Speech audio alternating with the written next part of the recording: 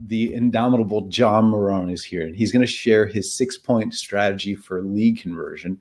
So, my friend, if you don't mind, could we please bring on John Marrone? John, are you there? Hey, bud. Woo, what's going on, man? How are we doing? Doing great, man. How are you? I am doing fantastic. Beautiful Destin, Florida. I have a thunderstorm rolling in, but man, I'm here to absolutely get as much value as we can to change some lives. I'm very jealous. My family went to Galveston, not quite the same beach as Destin, let's just say. Well, I know you guys got a lot of good stuff coming up. Have a great conversation. I'll see you in just a bit. Thanks, Frank. Thank you, my friend. So, John, for the folks not familiar with you, first let's start by just sharing a little bit about you, your background, and how you came to this conversation today.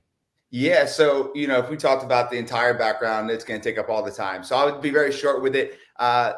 Humble beginnings, to say the least, right? There was definitely a lot of challenges in my life growing up, and a lot of it was, as I look back on it, my fault, right? It was a lot of my decisions, my thought process, really my identity I put on myself. And I found a lot of struggle within that. But fortunate enough, I got around some really good people that helped me really develop the understanding of who I needed to become, right? Like I loved your quote before, right? Like everything I had during those moments was great for everything I did, right? And I realized that to get more, I got to become a little bit different, right? And so fortunate enough, getting around those people, they really plugged into me. Then I took it to the next level and plugged into as many people as I can, the movers and shakers of the world, to really figure out what people are doing to live a super high quality life, right? High quality relationship, high quality health, high quality businesses. And from that really devotion to committing myself to that, we've been able to build some beautiful things. Right. Starting off with our coaching company where, we've trained over 14,000 agents over the last 7 years between coaching, training, and then speaking as well. So we got that side of it where we do have the highest conversion rate in the industry. Yeah, you had mentioned that the other day on our call. Would you please share that number with folks? Because we're going to get into why that number is what it is, but let's start with what that number is. Yeah, absolutely. So the national average from a lead that comes into your system, right? An online lead, however you generate it, that goes from contact to appointment set is usually under 5%. And so we've created a method that over the last 7 years, we've been able to go from contact to appointment set with 14,000 agents or so, 33%, which is absolutely amazing. And there's a lot of key components we're going to go into today on why we do that. I think the big thing also is that, we've been able to develop this strategy and make these small tweaks, right? We call them making these small changes, small hinges, open big doors. And we've been able to do that. And that right there has been able to provide people, no matter what market you're in, no matter how the market looks, an absolute understanding of what needs to get done, how to do it, and create scalability in business. So very fortunate enough to be able to do that. We own other companies as well. And just being able to provide tools and solutions into the market where people feel like that there's no hope possibly, or they're really struggling, and being able to create that ripple effect like others did for me. That's the biggest piece that I love about it, right? I love seeing them convert, but I love seeing their lives change.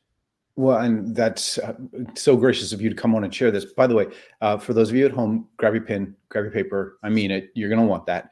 So you started by talking about that sort of mindset, and that's really the sort of first step. And James Clear in Atomic Habits, he talked about the idea that most people start with an outcome-based goal, then move to process, and then identity. And what he said was, no, that's absolutely wrong. Start with the identity, who you want to become. And this is an echo of Stephen Covey's be, do, have, right? In your 6-point conversion process starts with mindset. Can you share a little bit more about that? Yeah, absolutely. I think a lot of us, you said it before, we're scared to get on the phone, right? We're scared of what's on the other end. And so there's definitely different elements of mindset that we got to work on. But the 3 biggest components is I think there's a fear around the phone. And maybe that's a fear because somebody hung up on you once before, and psychologically it has really put you in a place where you think everybody's going to hang up, or I don't want to annoy people because I annoyed one person. And what we always talk about is if there is fear, that is simply the beacon of light of what you need to work through most, right? I think we all would raise our hand and say, I want to be a person of courage. Like I want somebody, when they think about me, think of somebody of courage. What we don't understand is that we are given courage only through fear. See, fear is showing up so we can activate courage. So when you have that moment of, oh my God, I'm so scared, realize that is nothing but a beacon of light of what you need to work through most, and understanding that's tapping into the courage that we've asked for, right? And the second element to that is we need to stop attaching ourselves to the outcome and only the activity that gets the outcome. And the reason why is because if we attach ourselves to, I need to set 2 appointments, and we don't, because there are days that happens, we then start to feel guilty, shameful, and we create this pattern. And now we're scared to get on the phone because we don't want to have that negative outcome. But if I said to you, the outcome doesn't matter, only what you do to get that outcome matters, you're going to do the work more often. And the byproduct, obviously, is going to be the outcome. And the last piece of this is keeping your promises. Outside of real estate, what you do outside of it means so much of what you do inside of it. And let me tell you what I mean here. So a lot of us, we say we're a man or woman of our word. But the reality is we're not. Maybe to others, but not to ourselves. So until we can start keeping a word to ourselves, waking up at the time you said you wanted to wake up, getting to the gym like you said you wanted to, making the dials like you said you wanted to, all these things, right? That's when we can really say, I am a man or woman of my word at a very deep, deep level, therefore committing to be able to be a word to somebody else. So I think the biggest pieces of mindset is stop attaching yourself to the outcome. Allow yourself the understanding that what we do outside of our business, keeping our promises to ourselves, is one of the most powerful things that can help grow our business. And then number 3, realizing the fear of picking up the phone is literally shining a beacon of light of what you need to work through most. And it's activating the characteristic of courage, which in the end, we all do want. Yeah, I love that. In Fast Cap, we talk about this idea that discipline is the highest form of self-love. Yes. Right? Following through on those promises that you make to yourself. Because if you're breaking your promises to yourself, man, who else are you going to keep your promises to?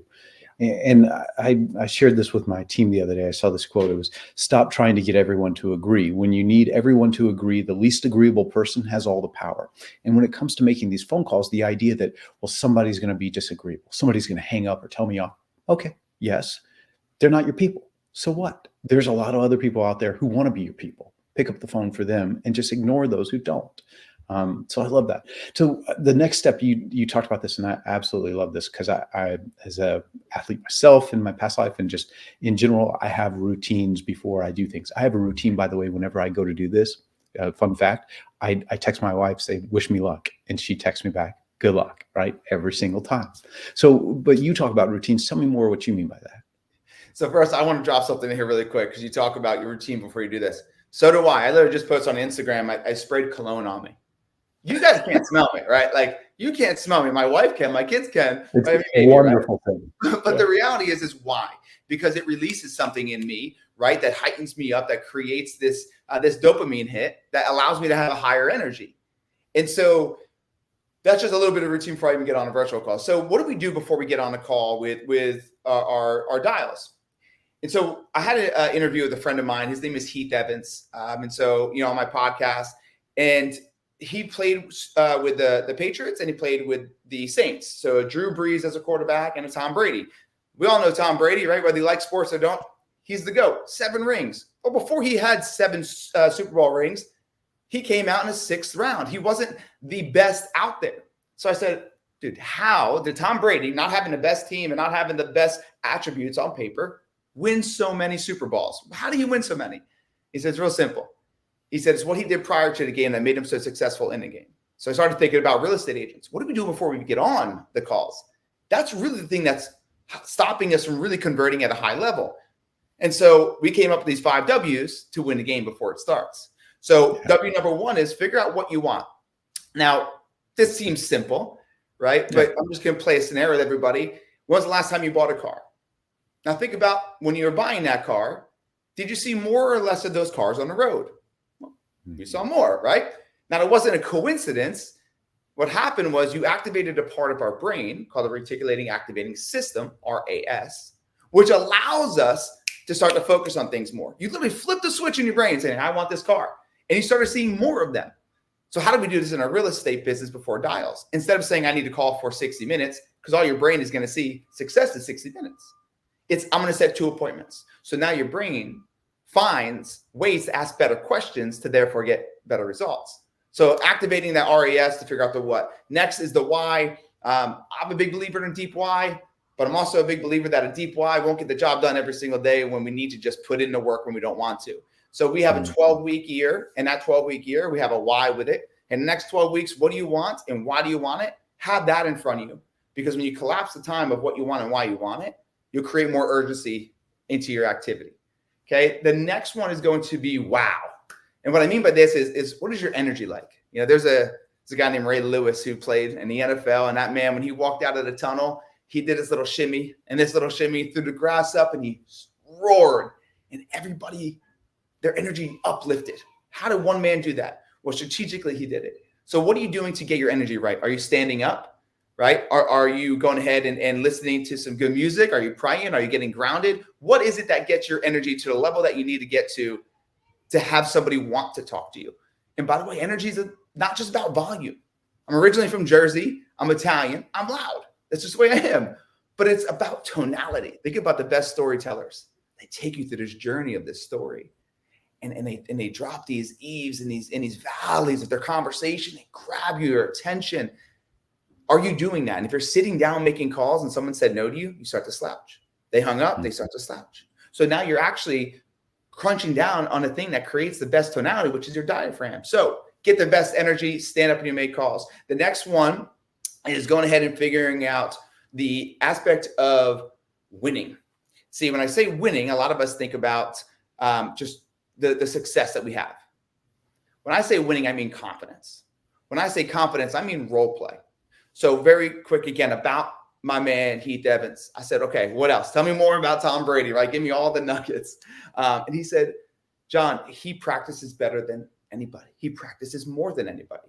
And if you look out at the greats, right, the Michael Jordans, the Derek Jeters, the Kobe Bryants, all of them talk about it. Like when you're at the bar, I'm in the gym, right? Like when you're sleeping, I'm in the gym. It's a rep after rep after rep. So then it got me thinking about real estate agents. And so I just want everybody on this call right now, I'm going to take you this path really quick. To think about how many times you actually practice your scripts. Just think about it. And you guys could write it in the chat if you want. Is it 0 days up to 7 days? Write it in the chat if you can. I want to know 0 to 7 days. How many days a week are you practicing the thing that is your livelihood, the thing that is your business? So now I want you to think about this, right? I have 2 beautiful kids, a 7 and a 2-year-old. And I want you to think about your kids if you have kids or when you have kids. Let's say they want to play football. Let's just say they're in high school right now. What are we going to tell that kid to do? Right? We're going to tell the kid he's got to practice. So he practices, makes it to a D1 school. Hopefully for me, it's the Florida Gators. We need some help over there. Okay. And he gets himself to D1. He's like, Mom, Dad, I made it.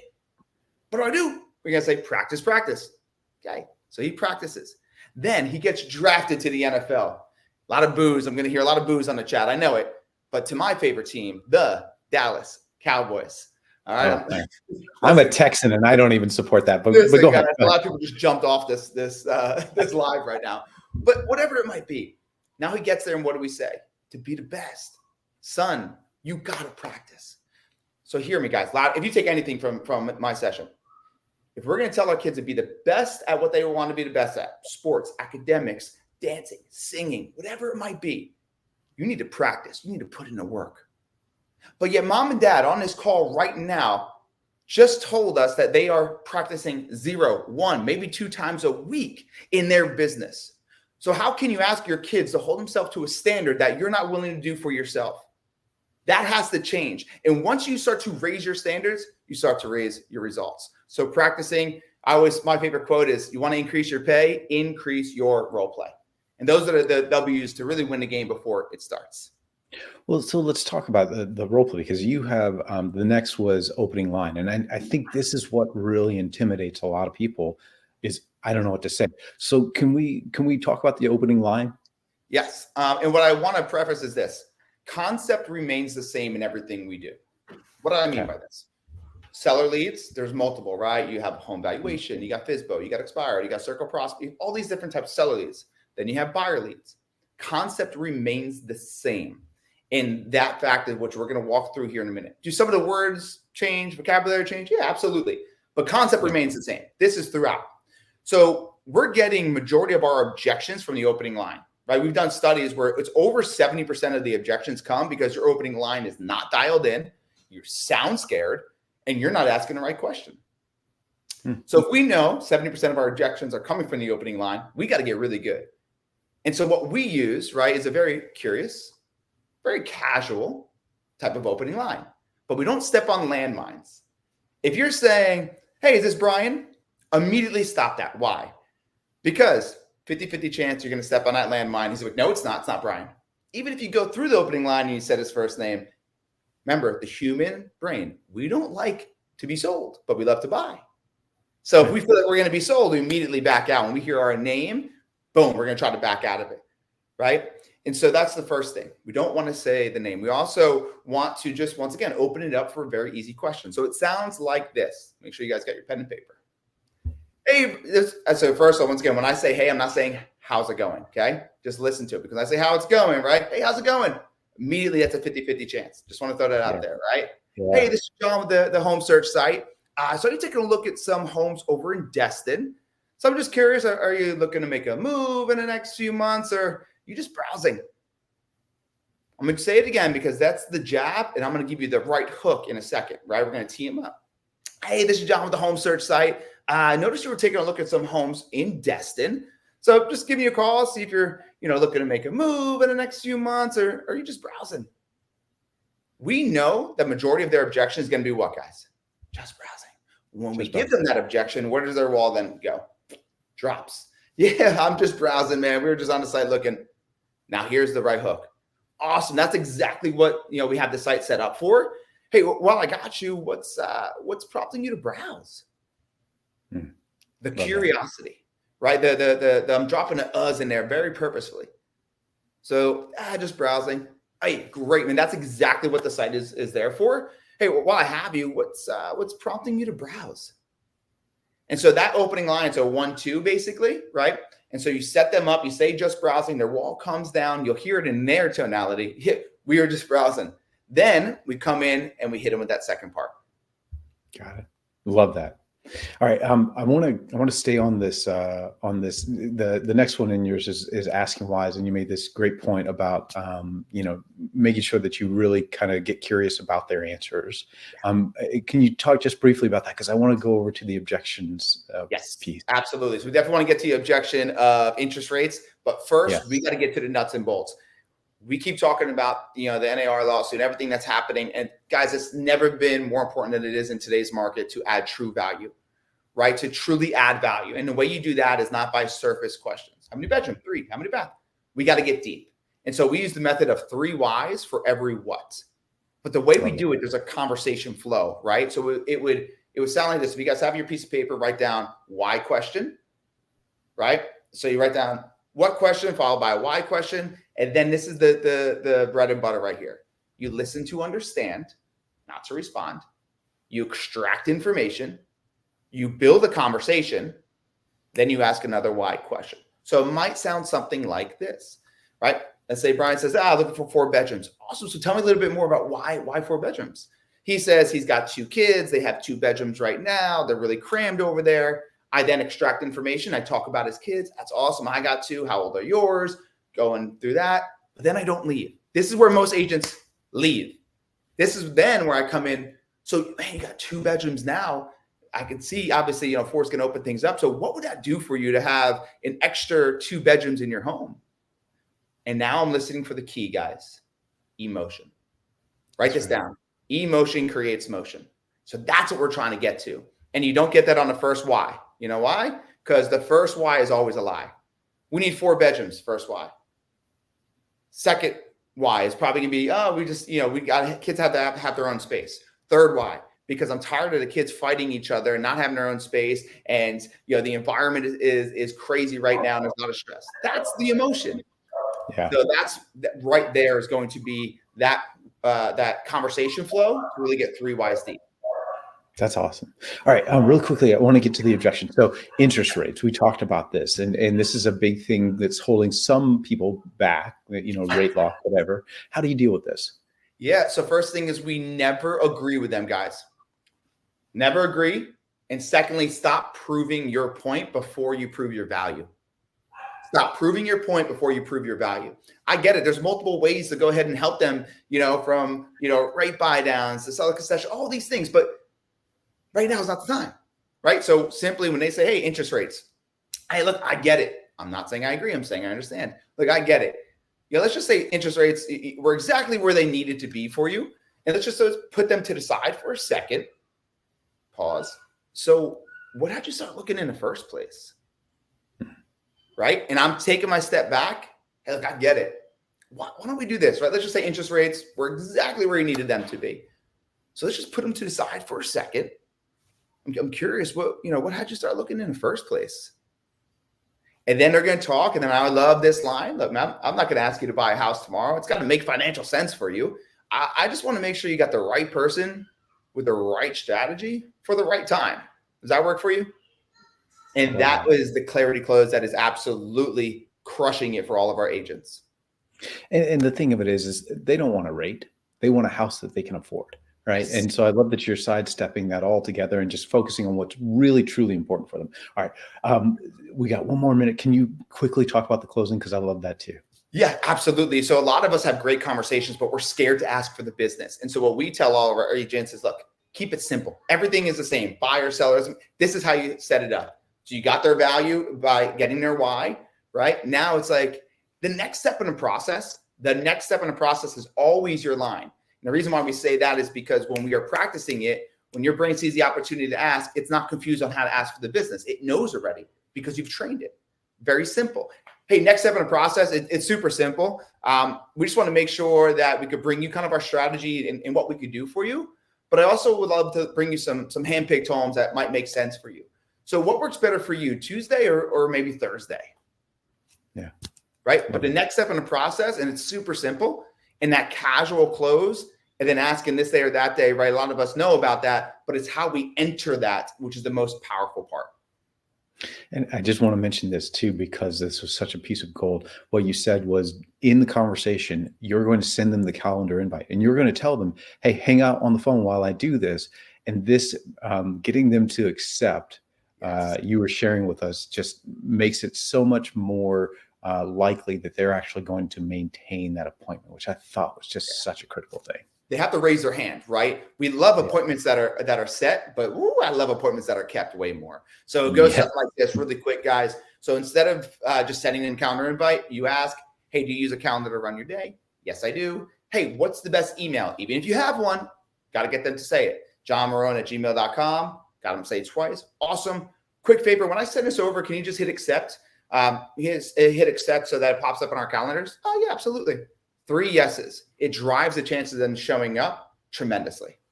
I love that. John, thank you so much. We really appreciate you coming on, sharing your hard-won wisdom with us. Thank you. Frank, back over to you, my friend, and happy Friday to you all.